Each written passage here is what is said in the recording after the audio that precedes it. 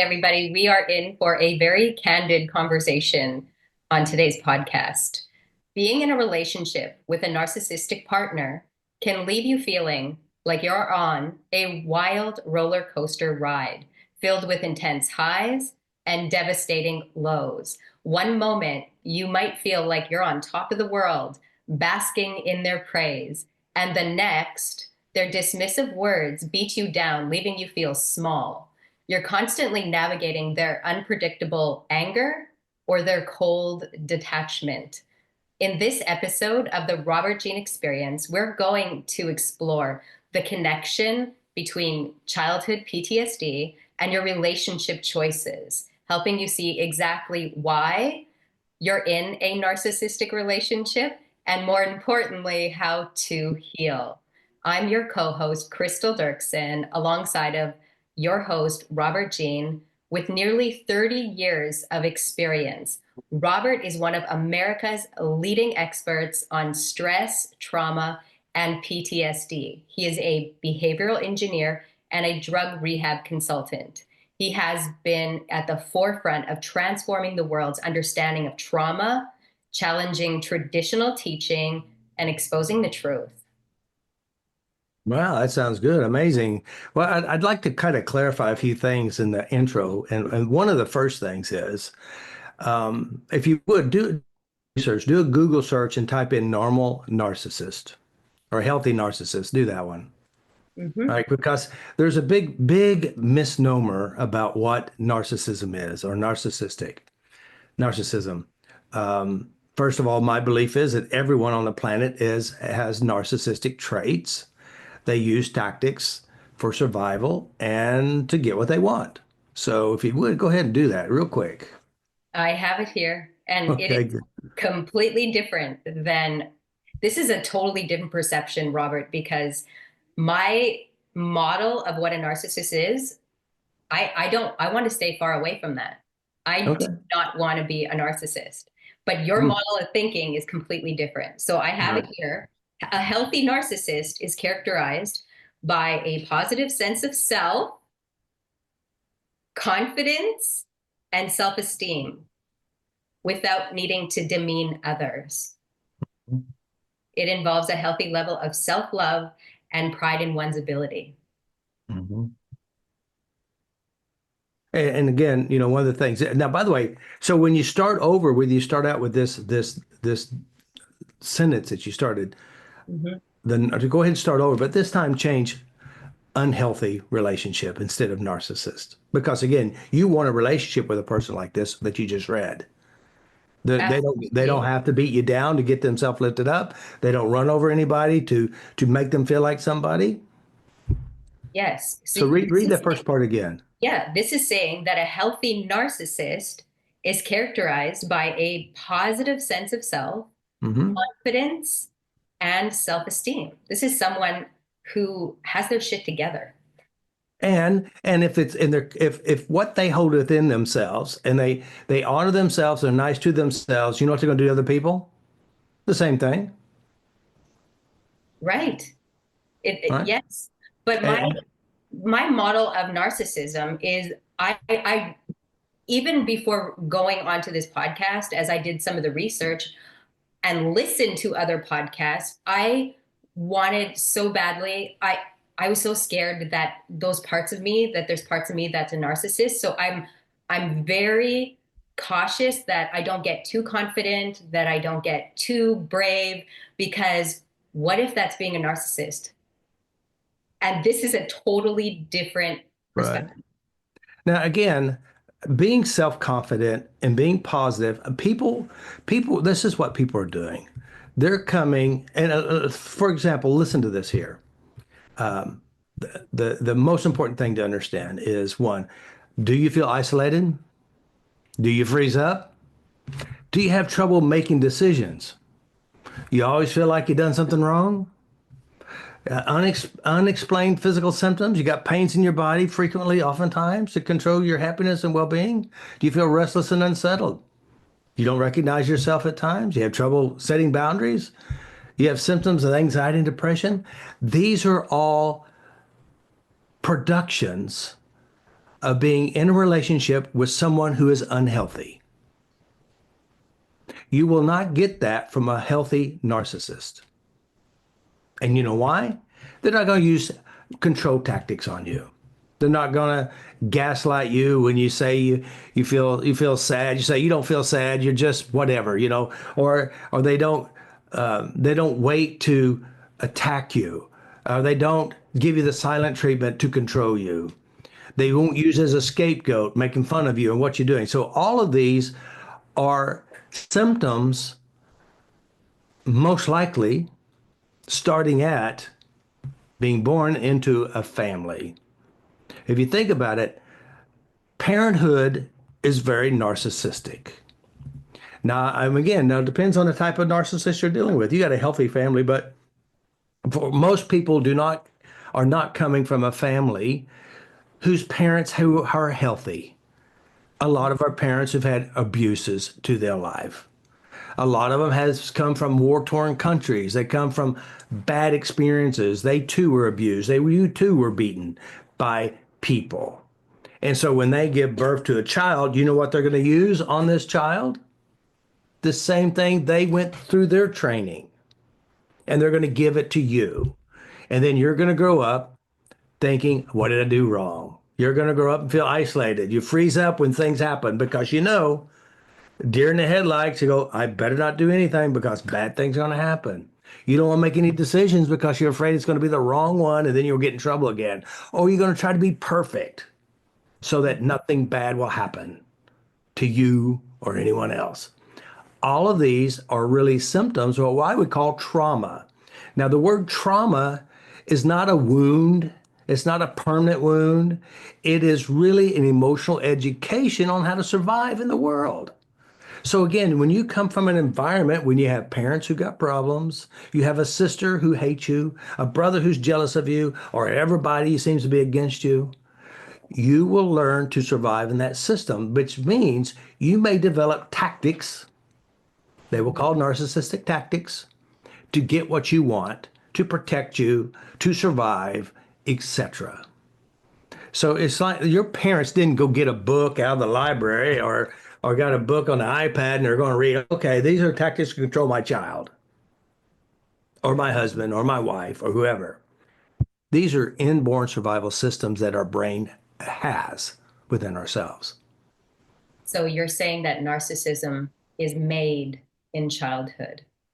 Well, I say made. Remember, if you think about it, again, what is my definition of narcissism? Yeah. Narcissist, right? Yes. Narcissism is my way's the right way, how I see it is right, and I think you should do it my way.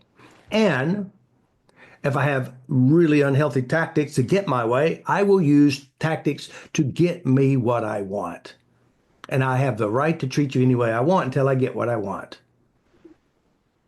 It's Okay. very self-enforced. Now, again, what's the opposite of that? Again, you could be what you call the receiving end of this stuff. And so now you're going to be the kind person, the good person. Well, Right. Right. they like those people. You know why? They get what they want. Right. Okay. So I really want to hear what the other end of the spectrum is. So we have like the narcissistic person with the controlling traits and But we'll say unhealthy narcissist. unhealthy narcissists, Ah, because we're all a narcissist everybody's apparently. a narcissist. So Even because narcissists call other people narcissists too, because they are one, because based on I, their own rules. oh goodness, I have to really wrap my brain around this one, really, because I have been trained. This is a narcissistic person. This is a healthy person. This is an empathic person. And Mhm. to view this as everyone having these qualities, so everybody is, I don't know if this is the right terminology, but everyone is on the spectrum of narcissism. Everybody, Everyone. Okay. everyone. Because really, narcissism is about what I think is right. Right. Can you give me an example of that? So give me like a really tangible example that my brain can process what that looks like, a narcissistic person in their tactics. Well, I mean, a narcissistic person in their tactics. I mean, there's a million different ways. Right. Like, what if you were to sacrifice your life to help people in a poor country? Okay. Why would you do that? To help people. No. Okay. Well, yeah, you're going to help people. Or the training, let's say it's a religious training, because I've done Yeah. it. I've Right. I've There you gone go. to poor countries. I have helped poor people, Yeah. but I did it because that's what God wanted me to do. And the God that you were told. Right. Yes. And I You was were trained. like, Yeah. there was guilt behind it and fear. Guilt and fear. Yes. And so the reason why you did it is not because of loving kindness, and you do get a fix out of that, but your real driving force is that you don't want to disappoint God Right. and you So, don't want to disappoint your family. yeah, you're reading me like a book, by the way. Oh, really? I just know how it works. I'm telling you. Yeah. Totally. If you offer your body to be sacrificed, there's a reason why you're doing it. There's a self reason why you're doing it. To Yes. please God or something, so that you may get some kudos in heaven. Who knows? Yeah, right. So everybody does based on what they think they want. Even Hmm. if it looks now again, there are people who do things to help other people and they're pissed off about the whole thing while they're doing it too. Hmm. And they still feel rejected, feel pain, and feel suffering because of it. Right. And sometimes that's how I feel after. So after I might feel the resentment, after I might feel like, Exactly. why did Exactly. I have to, why am I always the one who's used and taken advantage of? Meanwhile, I know I'm giving myself away. Yeah. But you were also trained Hmm. by your parents and your religion Yeah. that that's the right thing to do in spite of your own self-value. Hmm. Right. Now there I are positive now you let's say if you're driven by positive reasons, there will be no regret. There will be no being used. am. Hmm. Right. Because again, the motivating factor behind the action is the real key. Now, if you go back to the healthy narcissist, what does it say? My value comes from me. I honor myself. I practice good stuff in myself. I keep my thoughts clean. I honor other people because honor and dishonor comes from within ourselves. I mean, if you look at, I mean, now I'm not a religious person and I don't like religions in general. Okay, let me just put that out.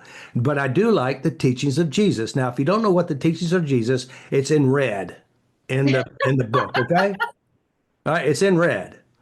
Now, the Paul of Narcissus, wherever Paul's from now, he never met Jesus. He never knew Jesus. He knew about Jesus, and he had a conversion on the road to Damascus. Okay, modern day churches are built on the teachings of Paul, who never met Jesus, never knew Jesus. Even Paul, in his writing, said Peter, James, and John, who knew Jesus, were trained by Jesus. You know what he said? They're not even teaching right gospel. Okay. So again, he thinks he's right. Now, he's a lawyer and a Pharisee, but most religions are built from Paul's teaching, not Jesus' teachings. Okay. But when I say Jesus, I want to say this. Jesus said, you'll love your neighbor as you love yourself. Yeah. All right. You'll despise and hate your neighbor as you despise and hate yourself. You'll hate your mother, your father, your ex, whoever it is, based on how you hate within yourself. Now, these are what we would call unhealthy narcissistic tactics.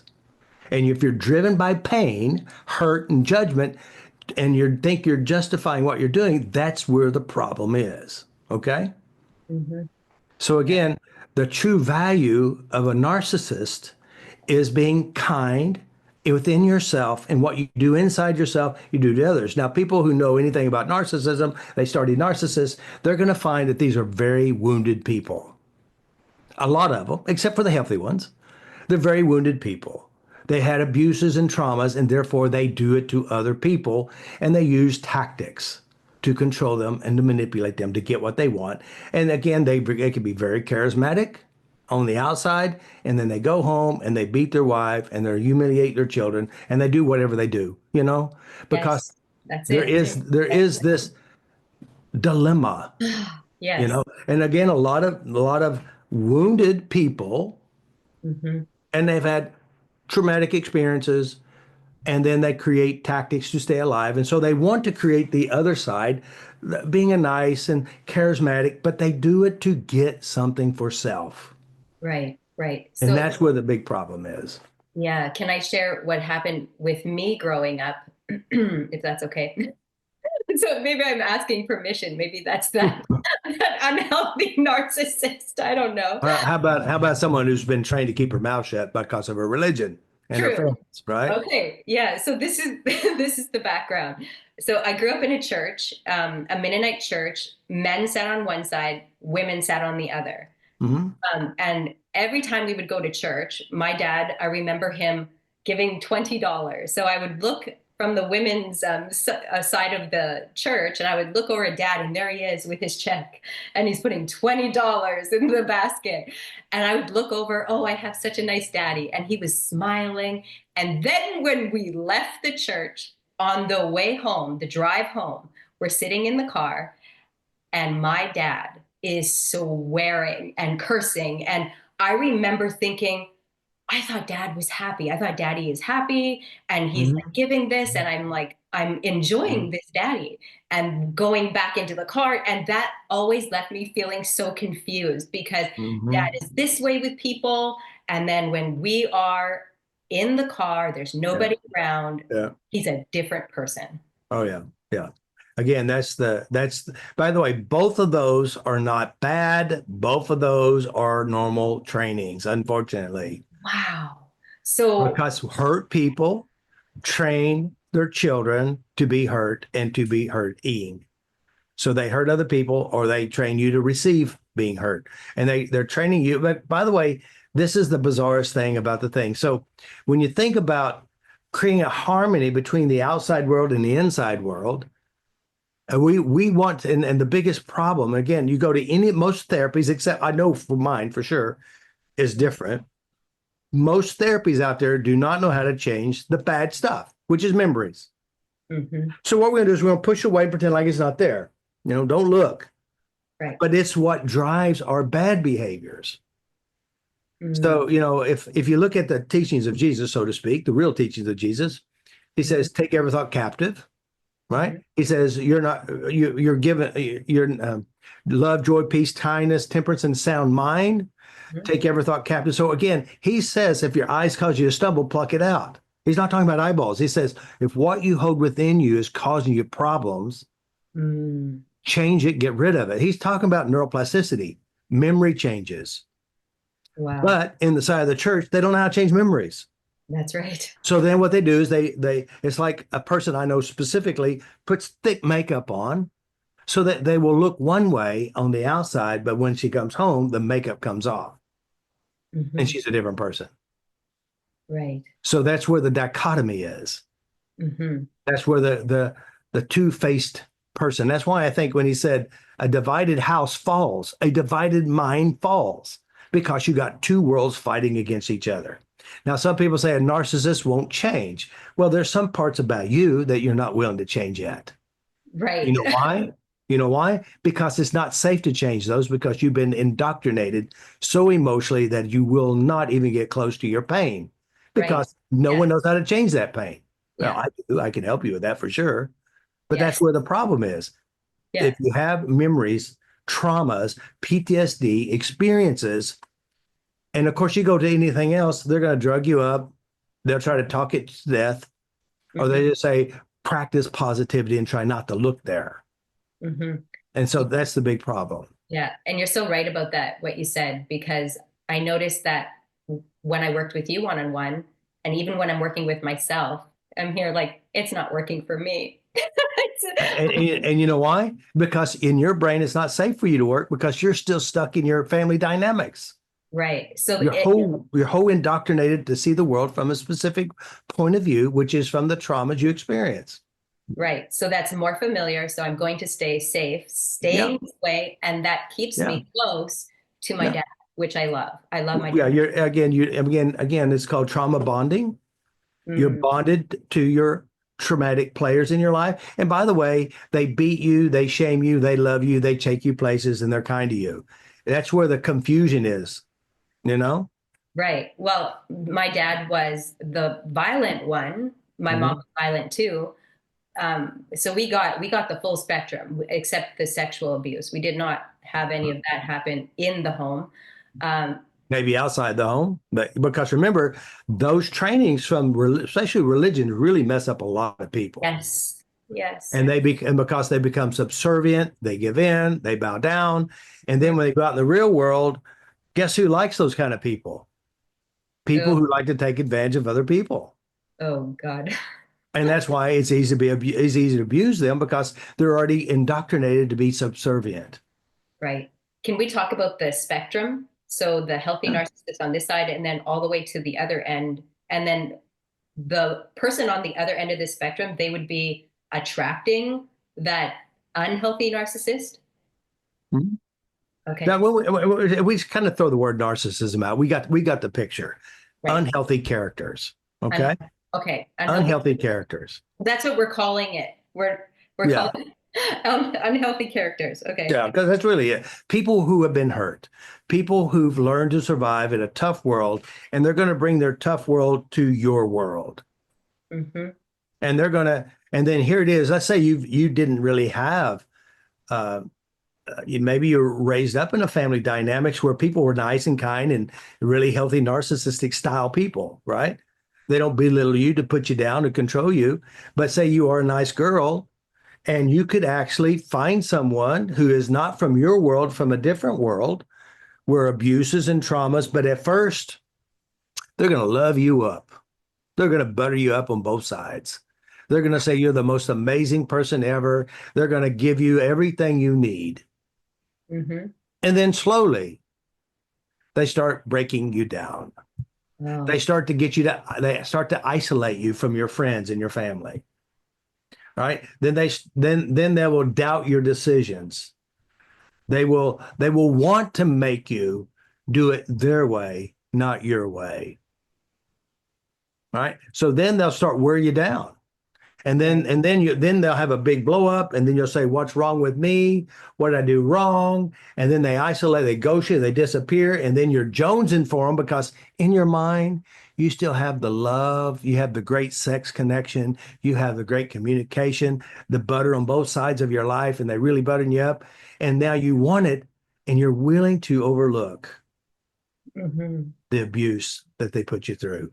And they come back, they come, "Oh my God, I'm so sorry. I found Jesus. I'll go to therapy. I will do anything." They cry, they bring you flowers, and then they butter you up. Right. And it lasts for a little while. And then Hmm. they go back to their standard emotional training they received as a child. And then Wow. it pops up and happens again. You, the receiving end of it, that's when you start to doubt who you are. Right. You start doubting your sanity. And maybe they're right. Maybe I am a bad person. You start, and then again, then the weird thing is all the traumas you had with these guys, it's affecting you physically. You're now getting sick. You're Mm. now you're allowing them to break all your internal boundaries that you would never ever do. But they push you, they gaslight you, they manipulate you. And then next thing you know, you're in a big ball of mess. Right. What are the common physical symptoms for people when they're experiencing the gaslighting, the manipulation? No, no, what do you say? Ask the question Yeah. again. The what are the common physical symptoms that Well, we talk about physical symptoms. Let's talk about physical symptoms. yeah. If you're suffering pain, I help a lot of people with pain. Now, just remember this: the brain captures experiences, emotional, strong experiences, and good ones. The good ones don't make you sick, but the bad ones do.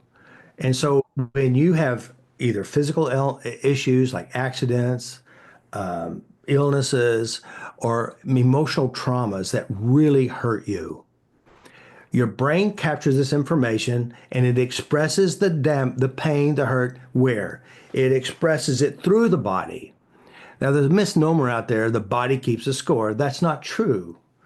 The body expresses the score, but the scorekeeper is the memory bank in which holds all the references. Now, I've worked with thousands of people, and if you hadn't seen the people that I worked with who've had severe physical illnesses, blood tested real illnesses, blood tested really gone. And all we did is address mental, emotional experiences. Mhm. The body follows the mind. The body is innocent. So what happens is a lot of emotional traumas becomes real in the body. Now, physical pains could represent people. It could represent experiences. It could represent I need to stay safe, therefore keep my mouth shut and make myself small. If I'm sick, maybe they won't hurt me. If I'm sick, they will love me and not abuse me. There's a lot of variances here. Yeah.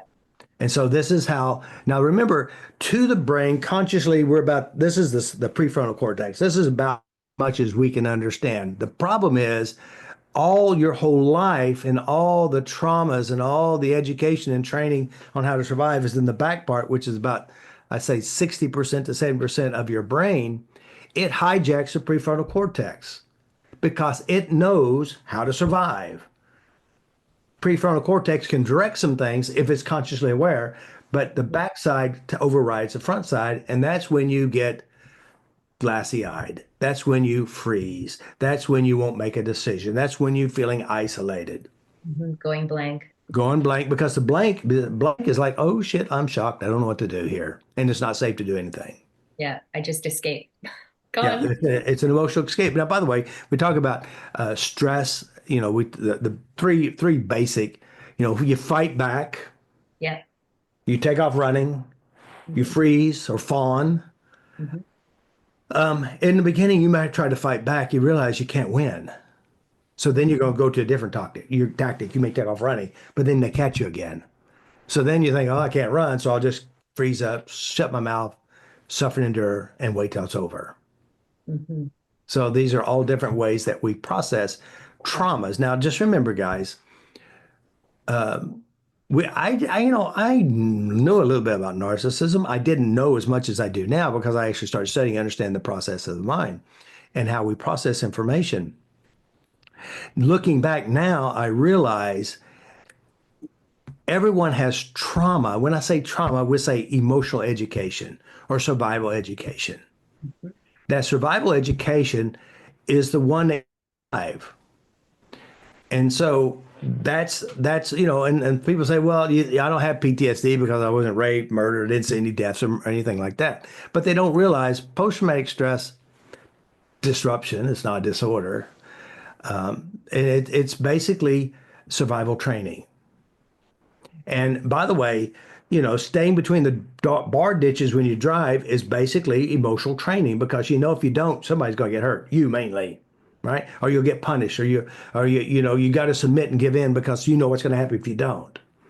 So all of these are emotional training. So everyone has post-traumatic stress. Post-traumatic means past. Traumatic means emotional education.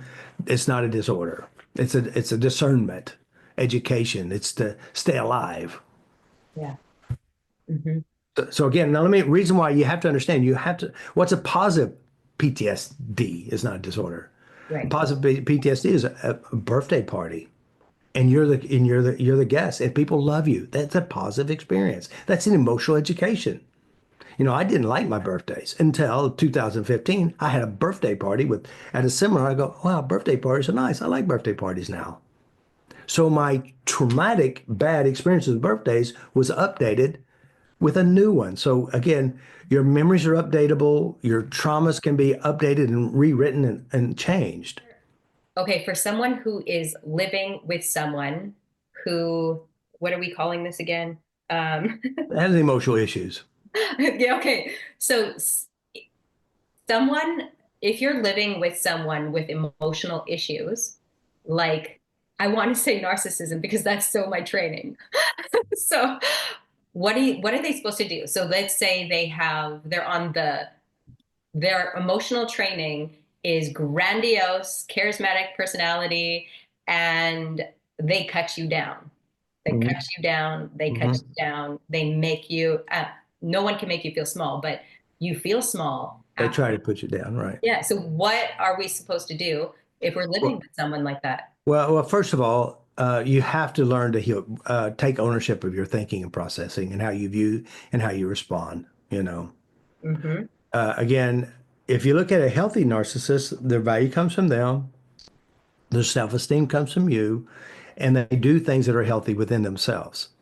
So now the bad thing is that this will not be your first rodeo. Most likely, you've also experienced it growing up as a child. So you're conditioned to put up and deal with, right? So the thing is, you want to change your memories of that because those are your training conditionings. So you got to update your training and change the memories. Now, guys, you listen to me and you don't know how to change memories, this won't make sense to you. I mean, it makes sense logically, but if you don't know how to do it, you can't do it. I do know how to do it. I'll train you how to do it. You can change yourself as a course I offer. All Yes. right. Tell everyone about that. About level one, you can change yourself Now, because you can change yourself is a training to introduce you to yourself.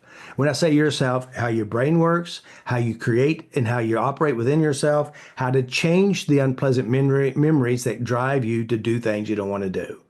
So it gives you a full platform to give you control. And the nice thing is we have a community of people who, like you, are also working through their stuff. I'm Mhm. still working through my stuff, and I've been doing it for 26 years. So there's layers and layers of pieces. Now, my life today is nothing like what I started 25 years ago. I was a mess, bigger mess than I am now. I'm like a little bit of mess. Still got stuff to work on, right? But I can do it. Right. Before I suffered and endured. I don't have to suffer and endure. Right. I've gone through some really crazy stuff in the last 3 years. But Mhm. I still got my head above the water. I still understand logically. I'm not taking any souvenirs with me. I'm learning from it. That's why I'm doing this series here. Yeah. So the first thing you're talking about is taking personal responsibility. Take ownership of what you do within you. Wow. And, That's and I mean, all the spiritual teachers say, know thyself. Okay. right. Yes. What the fuck does that mean? Know thyself. Is it your driver's license, your birth certificate? No. It says, know what you do within you and change what is unpleasant inside. Hmm. Know how to do that. Hmm. Um, sorry, I blanked out. That's all right. Well, again, so again, we're talking about if you're in a relationship that is difficult, go and change and adjust the difficulties that you hold inside you.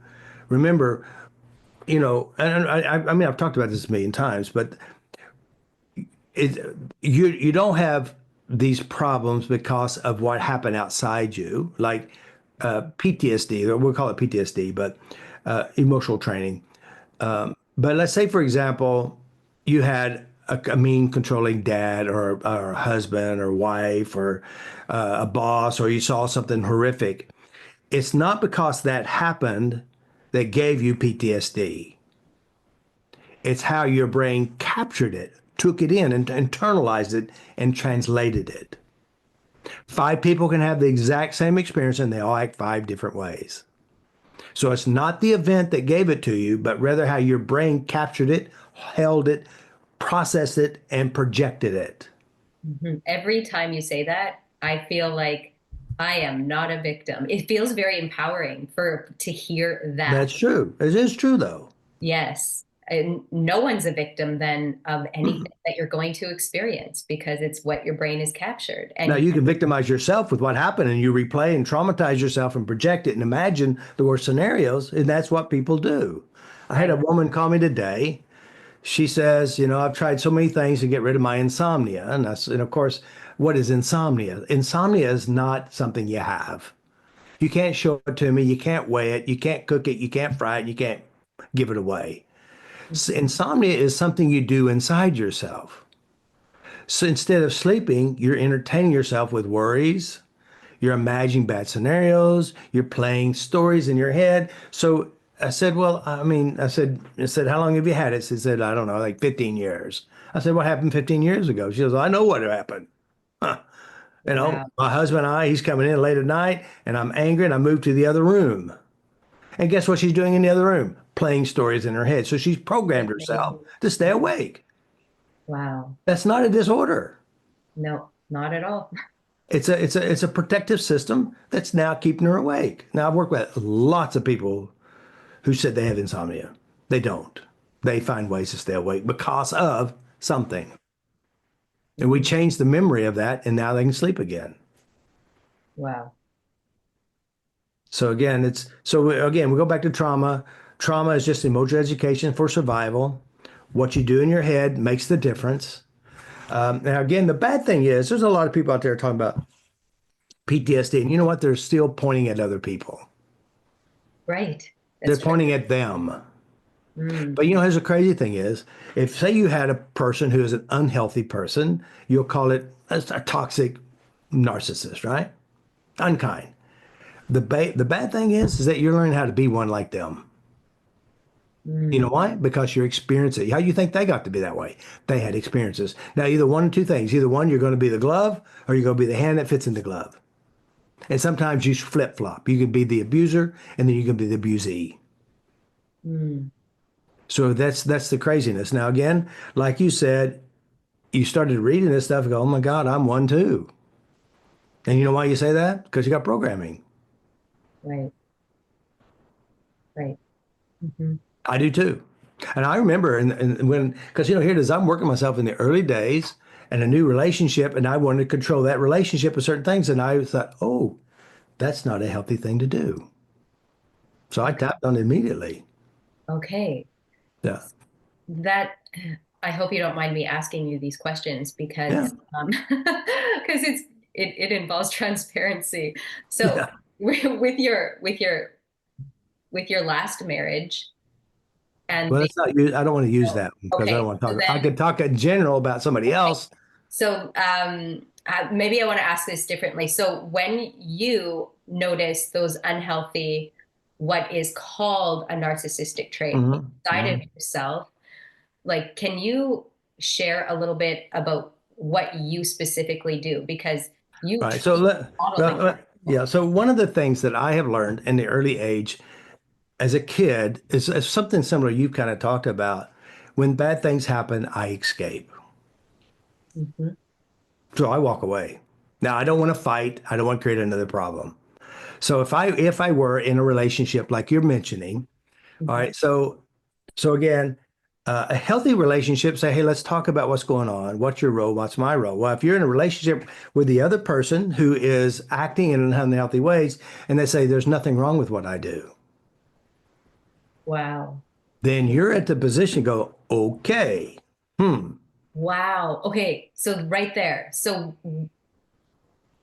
I have to process this, but so if I would be speaking to someone and we know there's an issue, but hmm, they are, they have no problem. And yet there's clearly a problem, but yeah, their perception is there's no problem with themselves. right, You're not really going to go anywhere with that conversation. right. Well, again, remember, you have to understand a person who does wrong in their mind, they're right. Right. Okay. Okay. Yes. And you must adjust to their rightness in spite of how bad it hurts you. They expect you to give in their way. When it begins, like if you're in a relationship and they're always in the beginning, let's say for example, they loved you up, best sex you ever had, coffee in bed, breakfast in bed, you're the king, you're the best. Okay. And Uh-huh. that's called the buttering you up. That's called what do they call it? There's a tech. Grooming or bond, Yeah, they groom you up. bonding. Yeah, Yeah. again, and that's like dating. That's what people do. They don't say, hey, by the way, I'm diagnosed with paranoid schizophrenic and I have multiple personalities. They will do that to you. They'll wait later for it, right? So then, in the beginning days, they could say, they could say something like this. I won't be able to control you. And I would probably say, well, why would you want to? Right. It'll make sense. It wouldn't make sense to me. Yeah. But eventually, over time, they start working their way in. That, of course, remember. Here's the thing: is if the good stuff's good, you can tolerate some of the bad. But the good stuff's getting smaller, and the bad stuff getting bigger. Then all of a sudden, you got a big problem because the good stuff is disappearing, and the bad stuff is getting really big. You go, "I'm done. You don't Wow. care about me." And then you can say, "I'm done." Wow. So Well, you then have the awareness, like, I can't change this person. It's not my job to change I this. can't. You can't change somebody else. Right. I mean, you're having trouble now working on yourself, right? Okay. But this is a common thought for empathic people. They Well, have, oh, again, you will empathic, change. yeah, empathic people on a suicide mission Oh, shit. because you can't fix something who don't think there's something wrong with them. Right. Interesting. But an empathic person will say, but you know what? I I still might believe. I I, still believe. yeah. Let me pause here. I'm gonna give you a different story. A friend of mine, and I really care for this. I know this person for a long time. She used to be a heroin addict, and she's been heroin free for 15 years. And she's got her life together. She's feeling really good, right? Yeah. And she goes out, and she meets this guy, and this guy is super charming. He's wealthy and he knows how to play the fiddle well for her. We're going to get married. We're going to have children. We're going to travel around the world. And the sex is so good, she says. Best sex in my life. Hmm. Now that's again playing the fiddle, giving all the cards. And now what happens when they do this? They create a perfect image of this relationship. Yes, We I'm call describing. this a relationship imprint. This Okay. is also the same thing a drug addict will have with this drug. It's the same thing as a gambler will have with the win that drives them keep going back to the losing program. So this guy is now doing things that are and so she would never do drugs. She'd never drink. She'd never do this. She'd never do that. And each time he works her down and she loses her boundaries. And then he would disappear. And you know what she's doing in her head? Missing the love part, the fantasy she had in her head. Now he painted a fantasy in her head, and she's addicted to the fantasy. And then he comes back, he loves her up again. I'm so sorry, I found Jesus. I'm going to therapy. And she says, see, he really did love me. He really did love me. I said, what about when he sent your naked photos to her brother and to her friends? What about whenever he's hitting on and trying to kiss this girl and dancing? Oh no, we just ignore that. I have my fantasy. Now Oh, this girl has gone downhill dramatically. oh. I send her videos about narcissism. They're going to love you up. They're going to up, and they're doing, and she knows this, but it's that memory and the feelings inside that keeps her going back. So she's getting the dopamine. She's getting the thrill, and she's trying to reach her dream. She's holding on to the dream that it's a false, it's a facade. Right. And Oh, now she's losing all of her hair, and now oh, she's really really in a bad place. right. So And then she said I'm going into rehab, so and now she's in rehab. she All started right. up again. So I said, you need to get away from this situation. You got to get out and get away. Well, the problem is, I said, physically beating the shit out of her. I said, go report it to the police, but I don't want him to get hurt. Right. This is all a part of the programmings. Right. So even having the awareness of this guy, and so what she did was she made excuses. Mm-hmm. She looked away. She put her blinders on. Mm-hmm. Because she had her fantasy. You want to hold on to her dream. Fantasy. What is this fantasy? So this fantasy that what does that look like for someone? Is it the like because they're putting these blinders up? Well, Like, hold on. You got to take the blind. We're not putting blinders up. They're okay, so in love with the dream. okay. They're So so in love with this dream. They want it so bad. It's like a heroin addict. I mean, by the way, guys, I volunteered 10, 12 years in drug rehabs, several of them. Well, one mainly in Hawaii. And that's what an addict does. I mean, an addict, here it is. They lost everything, their family, they lost everything, lost their freedom, and they wake up with sores and piss in their mouth and all kinds of horrible stuff. But you know what? When life gets horrible, when they're the worst possible, their brain pops in that little imprint. I got you feel good. I got you feel good. That's a heroin hit. That's the love hit that you want, the sex hit you want. That's the whatever it is. And they still go because all the other stuff doesn't matter. They just got this idea. right. And that's why they keep going back Hmm. because they're going to their fantasy. Yeah, And yeah. that's how addiction. By the way, it's an addiction style program, but remember the addiction, it's not the heroin that they're addicted to Hmm. because the addiction itself is a solution to an internal pain. Right. Yeah, yeah. And again, it's like why it's called trauma bonding, bonding to the addiction itself because it gives me the feel good. It's like they're still going back to the abuser because in their mind they're connected to it. They create stories to justify it and they recycle it over and over again. Now the bad thing is the That's what happens. But the bad thing is the abuser also is playing the same game with themselves. There's the thrill of controlling and manipulating someone. There's a thrill of conquering and overcoming someone. So it's like the cat and the mouse. It's an operating system. It's a complete operating system Based on their childhood PTSD. based on their programmings. Yeah. Yeah. Yeah. Wow. Okay. Can you talk about how you heal this? Like, what are you Well, doing? how do you solve the riddle Yeah, in the yeah, sure. cycle? How do you solve the riddle? Right, right. Because again, remember, none of this is an illness. Right, These are just emotional trainings. right. Not a disorder, not an illness. No, it's just a coping system. Yes. It's Okay. just like somebody said, I come from a dysfunctional family. I said, there's no such thing as a dysfunctional family. There's a family that functions. It functions so well. When you leave, you find another one just like it Right. It's so perfect. Wow. because it's a system. So I Now, love what you want to do is you want to upgrade your systems. your perspective is so empowering. When you say that, it's functioning perfectly. Oh, yeah, So why are we cooperating with? because you're part of the system. You've been Right. trained to survive in it. Now, what you want to do is upgrade. Now, how do you get out of it? Yes. Number one thing is you got to heal the pain. You got to change the memories of what happened. Hmm. It's the memories that drive you. Now, we talk about autonomic responses, unconscious responses. Even in Paul of Narcissists, he says, my spirit is willing, but my flesh is weak. And what he's saying is, I want to do good, but my programming won't let me. Hmm. The programming is the controller. It's the background. It's the autonomic response. It's the limbic operating system. It's the unconscious programming.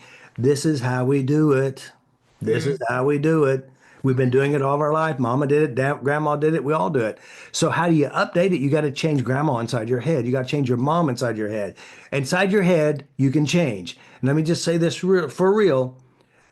It's not what they did, it's how you captured and internalized it. So if you have stories in your head about grandma being abused, guess who's being abused? Not grandma, you. That's your how to. Hmm. So to set you free from the cycle is to change the memory that built the cycle. Hmm. Yeah. Every time you say this, it sinks in and I hear it differently. Like Hmm.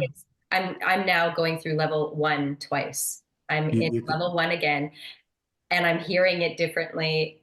I'm yeah. letting it sink in very differently. And it's really powerful material. And level one, you allow people in level one, people have access to level one for 2 years. And No, that's no, we changed it now to a lifetime.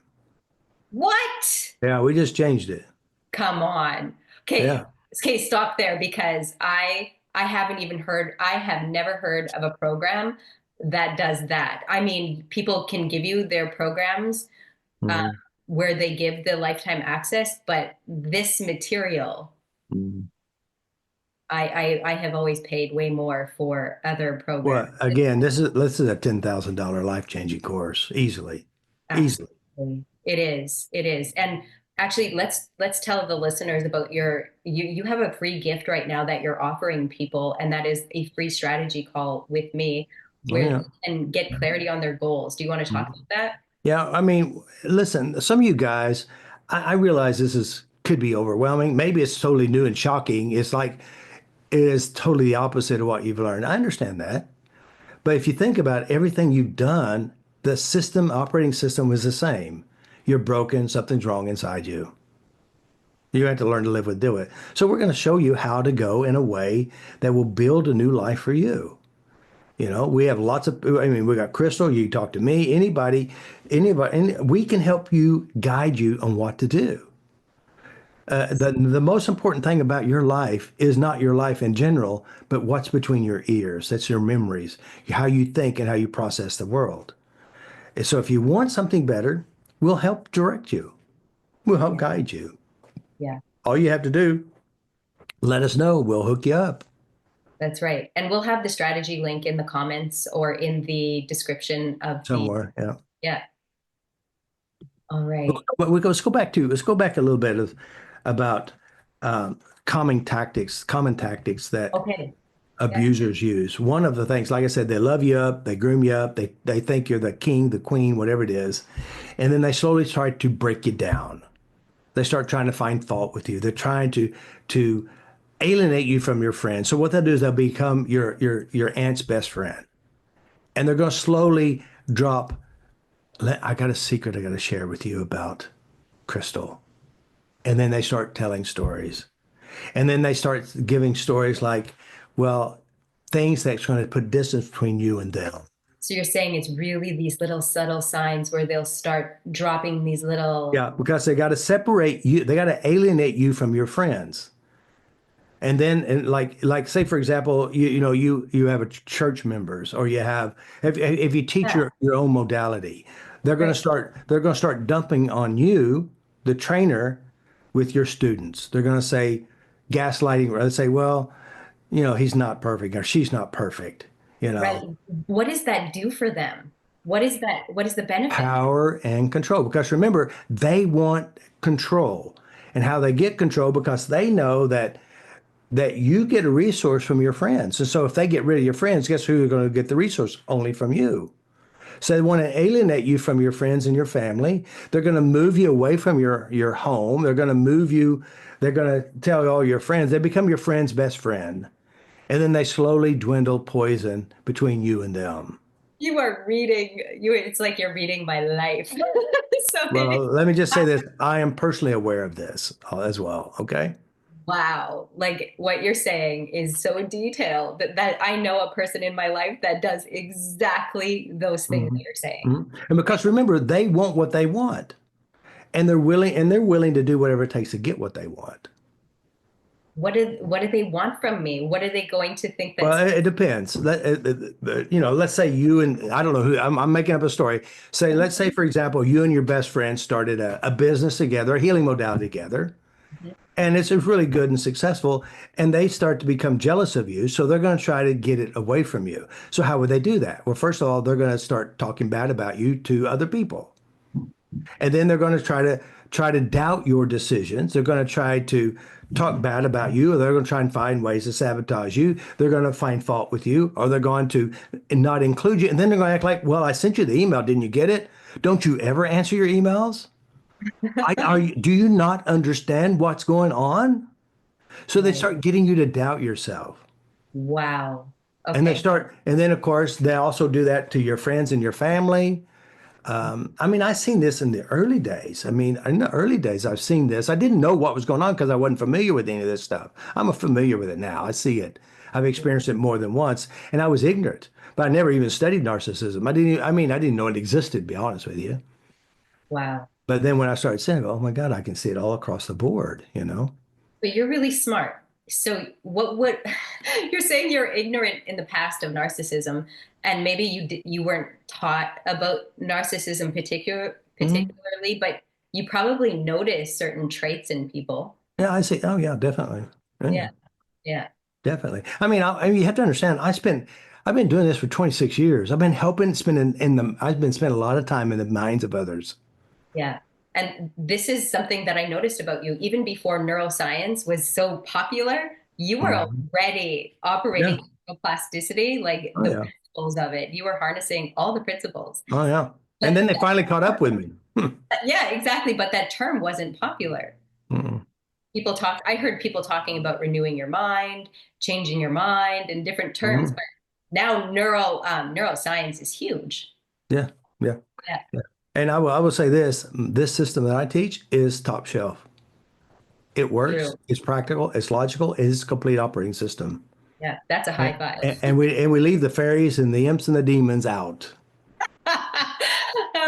No energy balls, no crystals, no seances. Well, Just those your crystals, you know, except your crystal involved a little bit, but the point yeah, is the point is I'm a very logical, practical person.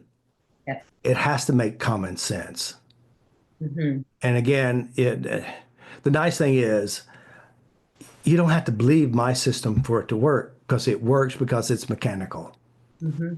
Absolutely. That it's true. It's scientific. I mean, science is showing us all the things that you're doing. And even and I don't want to maybe necessarily go into the modality of it, but you touch on NLP, EFT, like your modality kind of combines a lot of them together, even the somatic experience with the breath.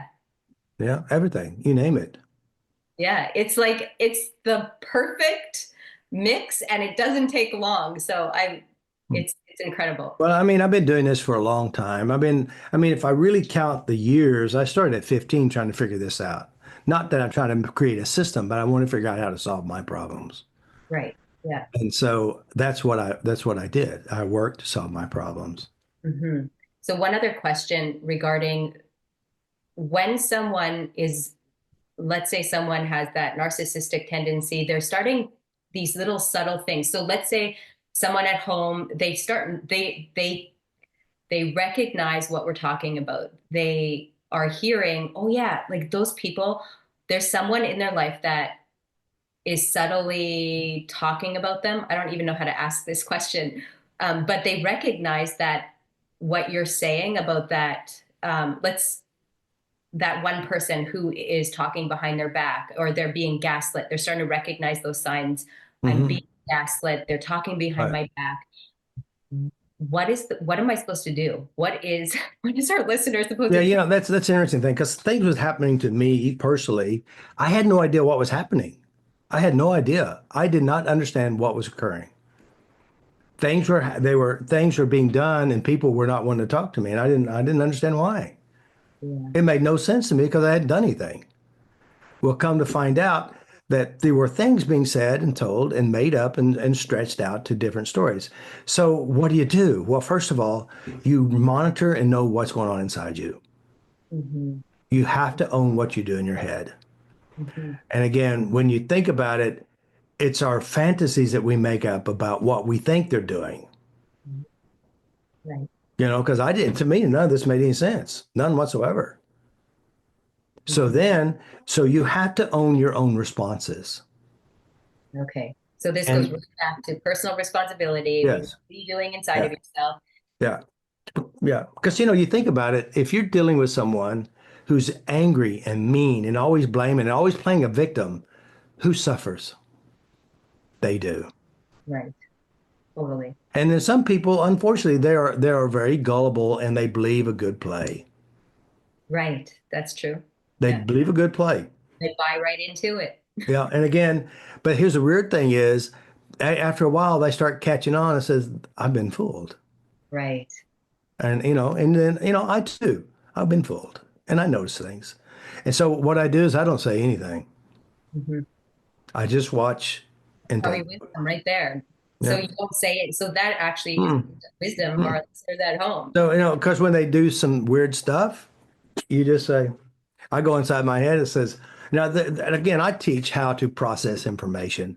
So, first of all, someone comes at you and they blame you about something or they accuse you of something. What you got to do is, okay, you had to go, okay, what is this about me? What is it about them? And usually when they come at you, it's about them, not you. Right. And then you go, what can I learn from what they're sharing? Right. So, first of all, is it about me or is it about them? And Hmm. if you say, well, it's not about me because that's not how I think. And then you go, but what can I learn from this experience?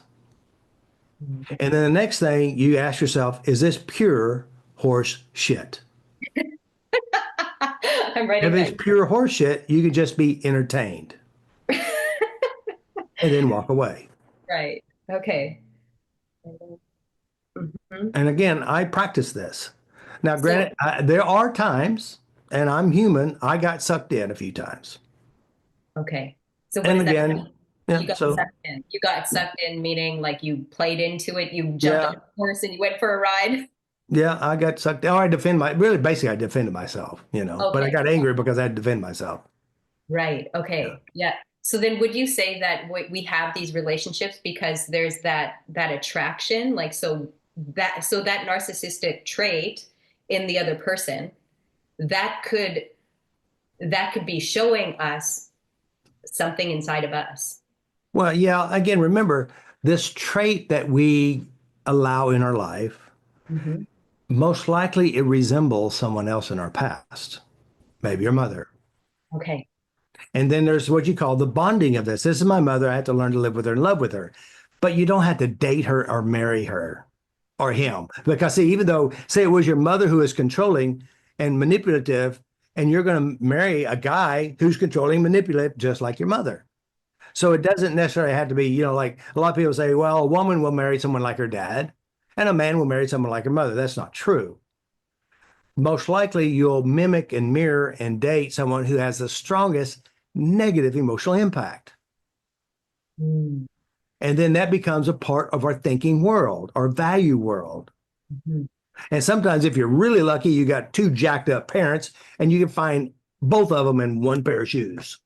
Oh gosh. Oh my goodness. That is And a it takes a lot of work to dig and find that one. But you wow. know what? Your radar, your reticular formation will find what your heart's desire is Wow. stay in alignment with family and training. Hmm. Wow. Any final words for the listeners? Final words is this: learn how to change yourself from within yourself. Yeah. Take ownership and change everything that's not pleasant inside your mind.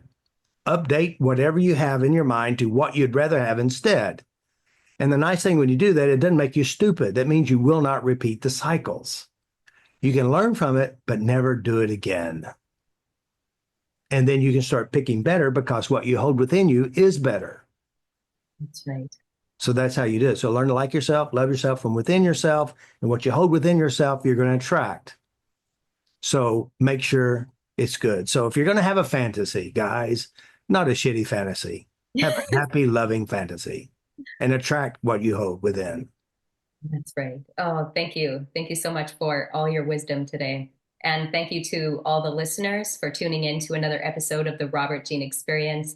Don't forget to sign up for Robert's free 5-day online course Mhm. and a free strategy call with me. So go ahead and we're going to have the next episode coming up. I don't know what we're going to do for the next episode. I don't know if I need to talk about that.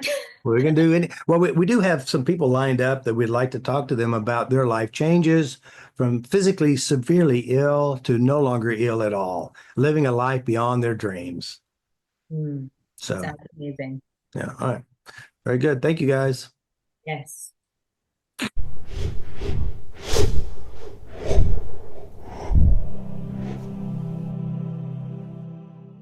All right. That was good. Yeah, it was so good.